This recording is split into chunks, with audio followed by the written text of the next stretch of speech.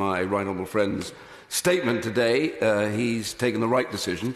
We've had good cause to suspend the extradition treaty, and I will now withdraw my amendments to the extradition bill. Not that that's been keeping him asleep at night, I expect. But I just want to also associate myself with my honourable friend, the chairman of the Select Committee, on the issue of the Uyghurs and follow on things that we may do. And it is true that he's right that he has to be very careful on the legal elements of what he does with regards to sanctions on individuals now that we've created the Medici changes.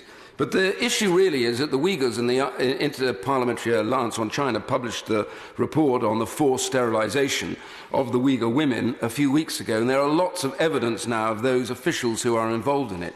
Could I encourage him, in line with many of my honourable friends and those on the other side of the House, to do what he can to accelerate officials to look at this urgently and to look at the Uyghur elements that we may force sanctions on those responsible, and on Hong Kong, on people like Carrie Lam and her predecessor, Mr. Leung, as well now.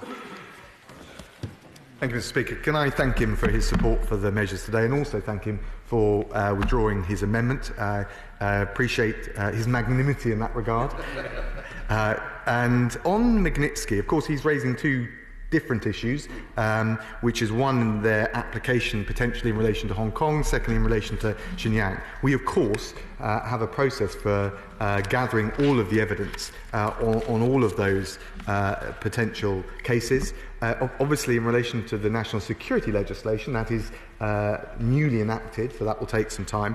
But he's right to point to, and I've been reading over the weekend the reports by Amnesty International in 2019 and 2020 on the range of abuses in Xinjiang, the reports by Human Rights Watch between 2018 and 2020 on the mass detention and political indoctrination, and also looking at the United Nations Committee on the Elimination of Racial Discrimination and their report in 2018 around the massive internment camps with no rights.